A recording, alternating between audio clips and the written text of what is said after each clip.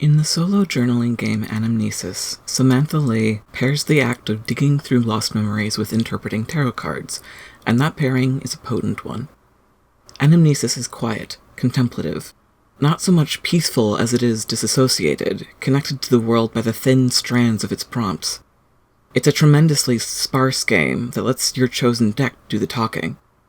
It holds space for the questions that follow drawing a card. Why this image? What about this prompt would summon this response from one's unconscious mind? What kind of person would think this? That's a fun exercise to apply to a character in third person, but here there's no remove. The game positions the player in first person. It's about you. You are a stranger to yourself, as opaque as an image on a card. Anamnesis provides prompts for the minor arcana, but no guidance for the major. No suggestions, no hand-holding. You are left alone, just you and the card. You are solely responsible for whatever you interpret. Tarot is a reflective tool, a warped and shifting mirror. It is an inexact thing, and Anamnesis takes advantage of that friction, that displaced rub of information and truth that often makes playing with a tarot deck feel really dissonant. Tarot says, this random collection of ideas describes you. Anamnesis asks, what if that was accurate? Who would you be? You are an amnesiac. You do not recognize yourself in the mirror. You don't know where these scars came from. Your body is a stranger. Your personality even more distant. Your reactions are contextless and come to you as powerful as they are seemingly random. Anamnesis asks, what if these flashes, these impulses, these symbols, were all you had to build an identity on? Would you accept them? Or would you judge them as intrusive thoughts, deny them as such? What sort of person would you construct from this imperfect knowledge? The last act of Anamnesis asks you to choose a major arcana card to represent your present self. Don't draw it unseen, it is careful to clarify, but choose freely from the deck. I find this really interesting.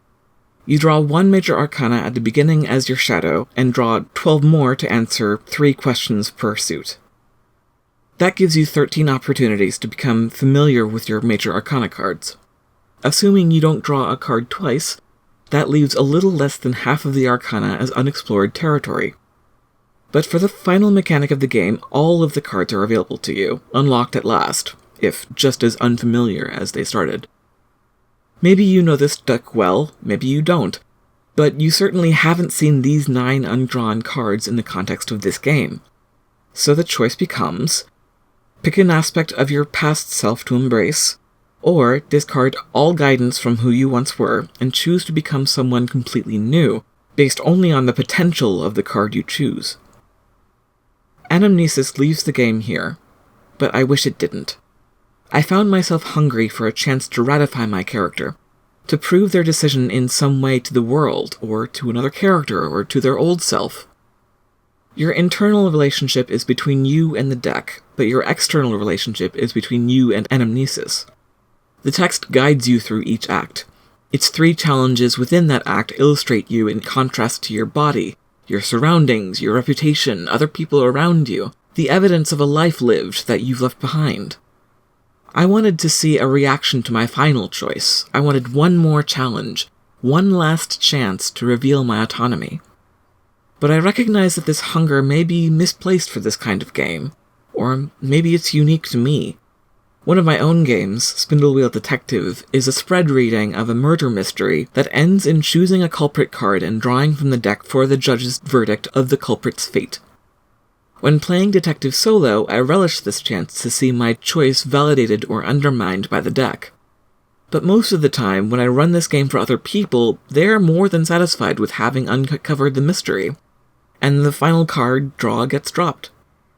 I do believe in an Oracle deck's ability to, quote, judge an action, or to prompt resistance to that action in an oblique and unexpected way, but it's not ultimately necessary. Anamnesis is not about your action, it's about your reaction. The deck can say whatever it wants. In the end, the only judgment that matters is yours.